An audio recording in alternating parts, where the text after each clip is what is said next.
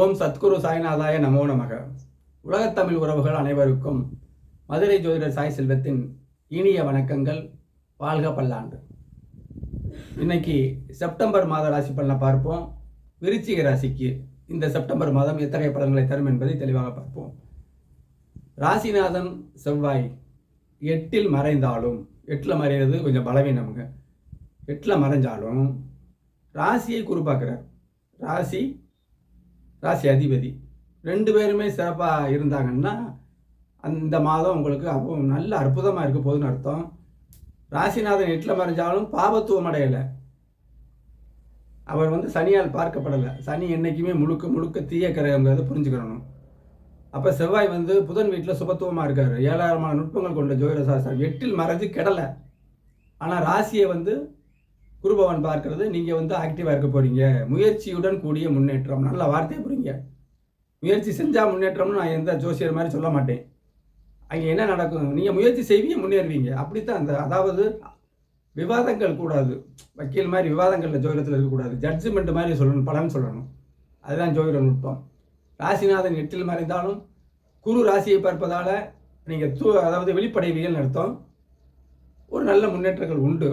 முயற்சியுடன் கூடிய முன்னேற்றம் உங்களுக்கு உண்டு. தொழில் முன்னேற்றங்கள் உண்டு. லாபங்கள் கண்டிப்பாக உண்டு. வேலையில் கடின உழைப்பு. ஏன் அதை சொல்கிறேன்? கடின உழைப்புனா அதில் இந்த சுபத்துவ பாவத்துவ அடிப்படையில் தான் இதை நம்ம பலனை பார்க்கணும்.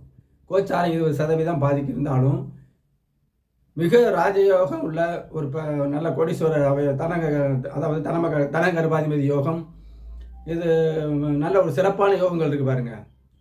மகாதன யோகம். இந்த மாதிரி ஜாதகங்களில் கோச்சாரங்கள் நமக்கு உணர முடியாது. ஆனால் நடுத்தரமான ஜாதகங்களில் கோச்சாரம் கண்டிப்பாக பார்த்தே ஆகணும். வேலையில் கடின உழைப்பு உண்டு. மற்றபடி தொழில் வருமானம் குடும்ப அமைப்பில் நல்லா இருக்குது.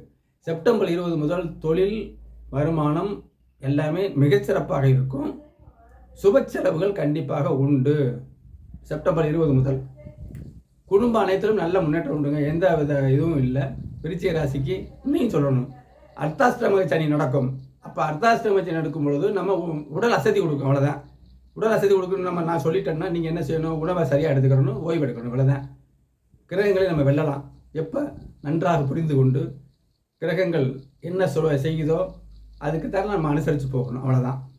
அப்போ குடும்பம் எல்லாத்தையும் நல்லா உண்டு. அர்த்தாஷ்டம சனி ஒரு அளவு காலபைரவருக்கு நீங்கள் விளக்கு போட்டால் போதும் சனியின் குற்றங்களுக்கு. செப்டம்பர் 24 காலை 9:56 முதல் 26 மாலை 5:12 வரைக்கும் சந்திராஷ்டமம். மனதை குழப்பம் சந்திராஷ்டமம். ஒரு முக்கியமான முடிவுகள் எடுக்கிறத கொஞ்சம் தள்ளி போடணும்.